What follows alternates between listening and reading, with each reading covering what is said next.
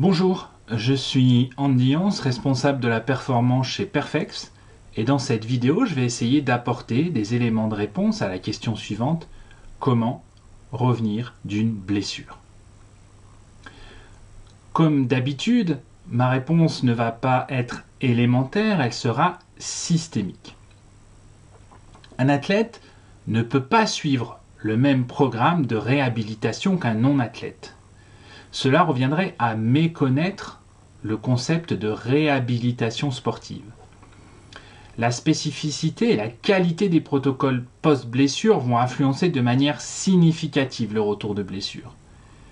La réhabilitation n'est pas réalisée simplement pour que la blessure musculo-squelettique périphérique soit réparée. C'est une occasion de faire des progrès qui ne sont pas possibles à réaliser pendant le reste du calendrier sportif. Autrement dit, la réhabilitation doit aller beaucoup plus loin qu'une activité de réparation tissulaire. Premier point, la réhabilitation, ça doit être une approche individuelle. Pour revenir d'une blessure de façon optimale, on doit mettre l'athlète en état de se réparer, car c'est l'athlète qui se répare. Nous ne faisons que l'accompagner. C'est très important d'en être conscient.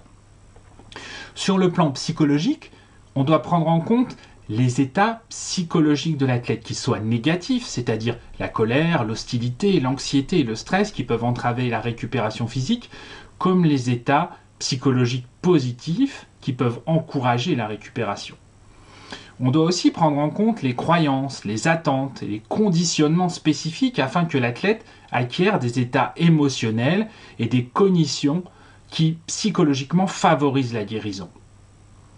On doit aussi accompagner la gestion du stress. Si un athlète est stressé psychologiquement, son corps est plus vulnérable et ne peut pas se réparer de façon optimale. Vous avez un doute sur les effets de la psychologie sur le retour de blessure? Le docteur Lipton a étudié les capacités des cellules à traiter l'information. Il a montré que l'environnement d'une cellule, à travers sa membrane, pouvait contrôler la physiologie de la cellule. Il a ouvert la voie aux preuves des liens tangibles entre l'état mental et les cellules, c'est-à-dire entre l'esprit et le corps. Il a ainsi prouvé que maintenir un environnement positif et de confiance est indispensable à la réussite d'une rééducation après une blessure. Sur le plan du sommeil, sur 16 études pertinentes sur les relations entre sommeil et blessure, 14, soit plus de 87%, ont trouvé une corrélation entre le sommeil et le retour des blessures. L'hypothèse principale selon laquelle un sommeil de qualité permet aux athlètes d'être plus performants et d'avoir un corps plus sain a été vérifiée dans les études où les athlètes dormaient davantage, ce qui s'est traduit par de meilleures performances et une diminution des blessures. L'hypothèse principale selon laquelle un sommeil de meilleure qualité permettrait aux athlètes d'être plus performants et d'avoir un corps en meilleure santé a été vérifiée, elle aussi, car les études dans lesquelles les athlètes ont dormi davantage ont donné lieu là aussi à de meilleures performances et à moins de blessures. Le retour de blessure passe donc par une quantité et une qualité du sommeil qui doit être préconisée selon les besoins de chaque athlète. Sur le plan de la nutrition, la nutrition elle est intrinsèquement liée au système immunitaire par l'hypothalamus. Des stratégies nutritionnelles individuelles vont permettre de gérer l'inflammation et le catabolisme post-blessure. Il ne s'agit pas que d'ajuster l'apport calorique en fonction des changements dans la dépense énergétique, mais de proposer des nutriments spécifiques. Par exemple, les polyphénols et surtout les flavonoïdes pourraient améliorer la guérison et l'inflammation après une blessure. Des niveaux optimaux de vitamine D et de calcium contribuent à la guérison des os. Le traitement des lésions musculaires et la synthèse des protéines peut être encouragé par la leucine, la créatine et l'hydroxyméthylbutyrate. Les régimes alimentaires comprenant des produits de haute qualité riches en micronutriments, comme les vitamines, les minéraux, etc., en composés bioactifs et en autres éléments nutritionnels comme la créatine sont suggérés, tandis qu'un programme nutritionnel individualisé prescrit par un diététicien qualifié est important. Sur le plan des activités, on doit optimiser la réhabilitation et rechercher une reprise avec un athlète plus robuste et confiant. La blessure est une partie inévitable des efforts du sportif. Il est donc important de l'appréhender comme une période avec des effets positifs pour le joueur. Les activités doivent être adaptées aux capacités du jour, mais sans se limiter à la zone lésée. Le retour de blessure optimale nécessite, comme nous venons de le voir, une approche individualisée. Il nécessite aussi de comprendre certains concepts clés. On va donc aborder maintenant un concept central, celui de chaîne cinétique. Le concept de chaîne cinétique est un excellent cadre pour décrire les mouvements athlétiques complexes. Je ne pouvais pas aborder la thématique des blessures sans aborder le concept de chaîne cinétique. L'utilisation de ce cadre permet d'évaluer les relations entre les différents composants de la puissance musculaire, de la flexibilité, de la stabilité, de l'équilibre, de la coordination intermusculaire et de l'énergie élastique pour produire des mouvements efficaces, puissants et précis. Une fois que les interactions entre ces composants sont comprises et que des évaluations ont été effectuées chez les athlètes, l'entraîneur va pouvoir mettre en place un plan de réhabilitation individualisé. La réhab ne doit pas être conduite sans recherche de l'origine des causes ou étiologie de la blessure. C'est très important car les récidives et ou les sous-performances ne sont pas que le fruit d'une réhabilitation approximative, elles sont aussi le fruit de l'absence de recherche des causes. Pour moi, le point de départ consiste à trouver les causes de la blessure, à corriger les déséquilibres et dysfonctions préjudiciables, à améliorer la mobilité des zones clés et à renforcer ce qu'on appelle les maillons faibles de la chaîne cinétique. Rendre la zone lésée opérationnelle n'a pas de sens si c'est pour laisser les causes de la blessure perdurer. La recherche des causes est le préalable à la construction d'un athlète robuste et c'est un préalable indispensable. Prenons l'exemple de l'atterrissage.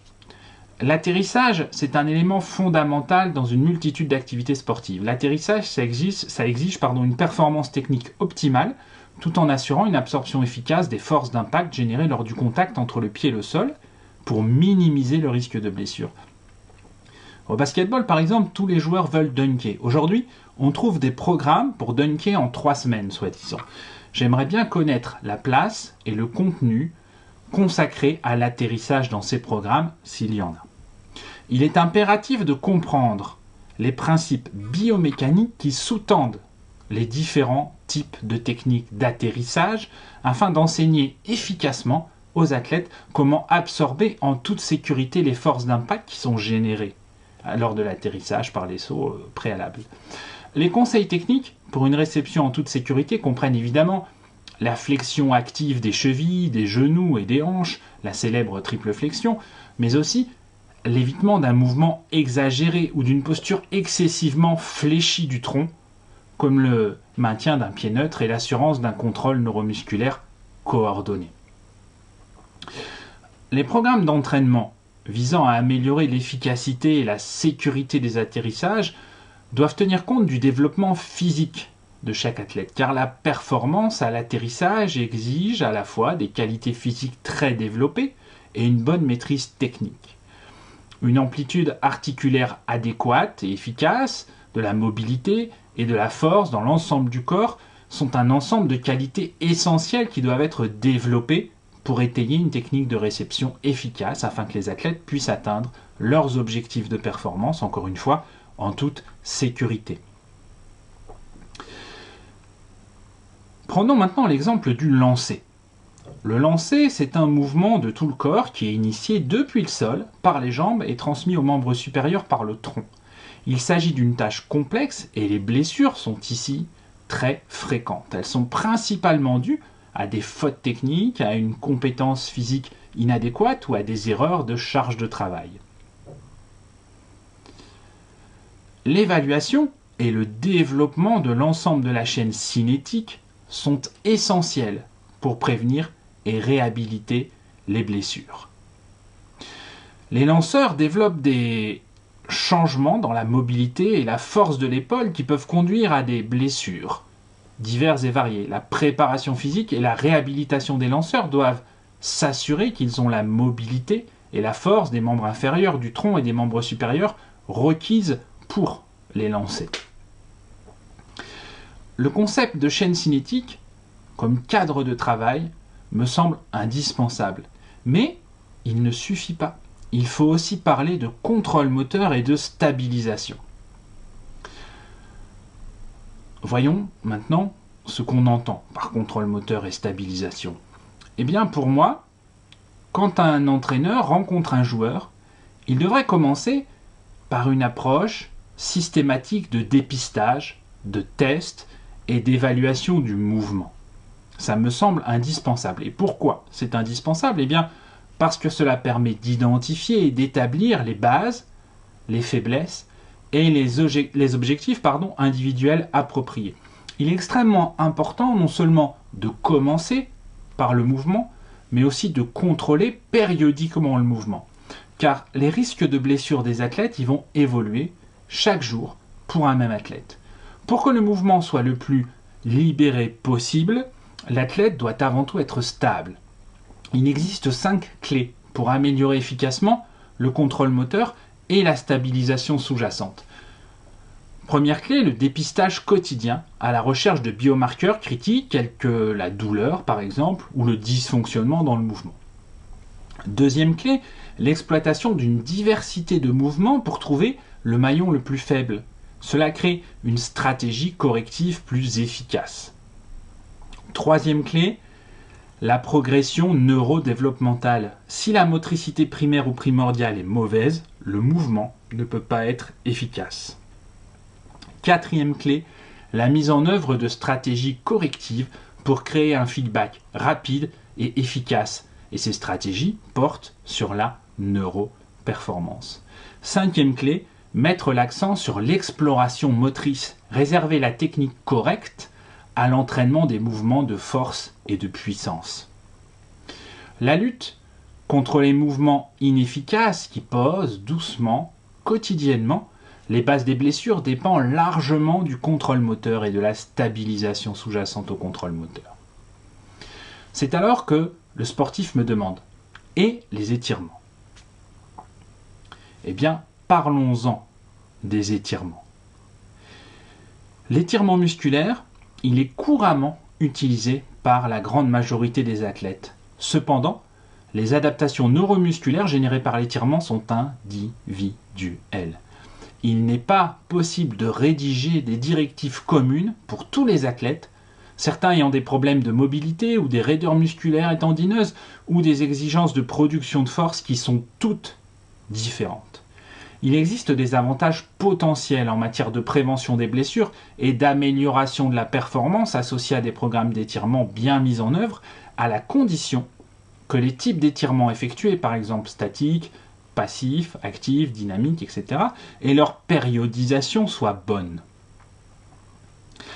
Lorsqu'ils sont utilisés avant un exercice ou une séance, les sensations potentielles d'amplitude et de bonne préparation doivent être mises en balance avec les risques possibles et les pertes de performance. Les étirements doivent dans ce cas, avant séance ou avant exercice, être effectués tôt dans la routine d'échauffement. Le volume et les types d'étirements utilisés doivent correspondre aux besoins spécifiques de l'athlète. Après les étirements, il est maintenant impossible de ne pas aborder la question des blessures musculaires. Voyons donc maintenant quelques éléments en termes de blessures musculaires. Les blessures musculaires, eh bien, elles continuent aujourd'hui de représenter une proportion significative de toutes les blessures dans tous les sports. Une rééducation efficace nécessite une compréhension claire de l'architecture des muscles cibles et de leurs caractéristiques fonctionnelles spécifiques afin de choisir les bons exercices. Moi, pour ce qui me concerne, j'ai une préférence pour le renforcement excentrique et pour la mise en place de critères de sortie clairs et bien motivés sur le travail musculaire. À noter qu'il est essentiel que le reconditionnement ne se termine pas une fois que l'athlète a repris le sport, mais qu'il se poursuive pendant une période prolongée afin de minimiser les risques de blessures futures. Après ces quelques mots sur les muscles, nous sommes contraints de parler des tendons. Eh bien, qu'en est-il des blessures tendineuses ? Compte tenu des difficultés de prise en charge des tendinopathies et de l'effet insidieux de la douleur tendineuse sur les performances et le bien-être des athlètes, il est indispensable, il est essentiel de faire une prise en charge précoce des douleurs et blessures tendineuses. Cela peut sembler exagéré sur le moment, mais quelle que soit l'importance de l'entraînement ou de la compétition à venir, j'essaye toujours de convaincre les entraîneurs et les athlètes de prendre le temps et les mesures nécessaires pour résoudre une première tendinopathie. Ce sera toujours préférable à une carrière de douleurs tendineuses récalcitrantes. Muscles, tendons, passons donc aux blessures osseuses. Pour ce qui concerne les blessures osseuses, malgré les caractéristiques inhérentes des os, à savoir leur rigidité et leur résistance, eh bien, ils sont toujours susceptibles de subir une fatigue structurelle et une diminution de leur résilience naturelle lorsqu'une combinaison de facteurs intrinsèques et extrinsèques interagit. Avec une surveillance appropriée et l'identification de facteurs de risque, on peut minimiser le risque potentiel de fracture de stress ou blessure de fatigue chez les athlètes. Ici aussi, une approche globale de la prise en charge des athlètes est indispensable. Elle comprend la détermination, l'évaluation de la résistance osseuse, l'évaluation des facteurs de risque intrinsèques et extrinsèques, l'application d'une charge appropriée et contribuera à une récupération optimale après une blessure de stress osseux. Maintenant, après avoir évoqué tous ces éléments, j'ai envie de vous parler de la façon dont j'imagine la réhabilitation idéale. La rééducation des blessures sportives, c'est encore largement l'apanage des professionnels qui interviennent au niveau des troubles tissulaires. Ce paradigme, il n'est plus tenable aujourd'hui. Il est nécessaire d'adopter une approche concertée de la réhabilitation des blessures fondée sur des preuves. Par nécessité, cela implique une approche psycho-sociale moderne de la douleur et de la blessure. Un programme de réhabilitation réussi, c'est celui qui permet à un athlète de retrouver le niveau de compétition qu'il avait avant sa blessure, sans crainte ou probabilité accrue de se blesser à nouveau, et sans que sa performance sportive ne soit compromise. Pour en arriver là, il faut la contribution combinée et bien planifiée des équipes médicales et des équipes d'entraînement afin de s'assurer que les exigences de guérison, de forme physique ainsi que celles propres au sport de l'athlète soient toutes prises en compte dans le programme de réhabilitation. Le programme de réhabilitation, lui, il doit être progressif en termes de charge, en termes de complexité des mouvements, il doit être axé sur ce que l'athlète est capable de faire plutôt que sur le moment où il pourrait théoriquement le faire. Si elles sont disponibles, les données propres à la compétition, par exemple des données GPS, d'accélérométrie ou de fréquence cardiaque, peuvent être utilisées pour concevoir un programme spécifique afin que les exigences physiques imposées à l'athlète soient précises et reflètent la réalité du sport de compétition. La décision finale de faire revenir un athlète à la compétition, elle doit être prise lorsque les équipes médicales et d'entraînement ainsi que l'athlète disposent des preuves dont chacun a besoin pour confirmer que l'athlète est suffisamment robuste, en forme et performant pour concourir aussi souvent que son sport l'exige. 9e point, et pour conclure, ce qu'on doit retenir. Le développement des qualités physiques nécessite une surcharge progressive générée par un stimulus suffisant pour obtenir une adaptation. Le désentraînement, lui, il entraîne l'inversion de l'effet positif de l'entraînement. En particulier, la force et la capacité aérobie nécessitent des stimuli d'entraînement fréquents et de haute intensité pour éviter ce désentraînement. En post-blessure, il est recommandé de combiner un volume relativement faible avec un entraînement de haute intensité pour les séances de force et de puissance comme du système énergétique afin de maîtriser les niveaux de performance, de maintenir les niveaux de performance tout en limitant la fatigue et les troubles de la récupération. L'exigence d'évaluer avec précision les réponses des athlètes au stress de l'entraînement et de la compétition vont probablement augmenter.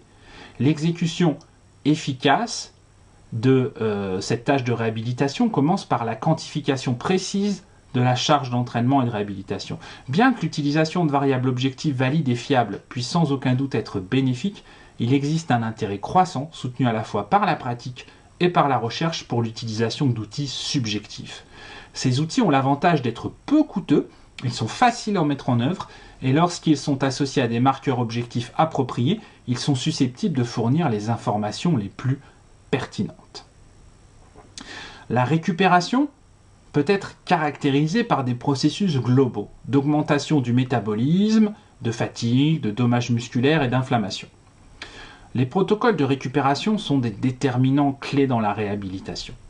Un certain nombre de stratégies, actives et passives, doivent être combinées pour faciliter la récupération des athlètes durant ces périodes. Une approche holistique et adaptée à chaque athlète est alors indispensable. Voilà, c'était Andy Hans de Perfex pour quelques éléments de réponse à la question de ce 5e épisode, comment revenir d'une blessure. N'hésitez pas à nous suivre sur notre page, à laisser un pouce bleu, ce n'est que le début.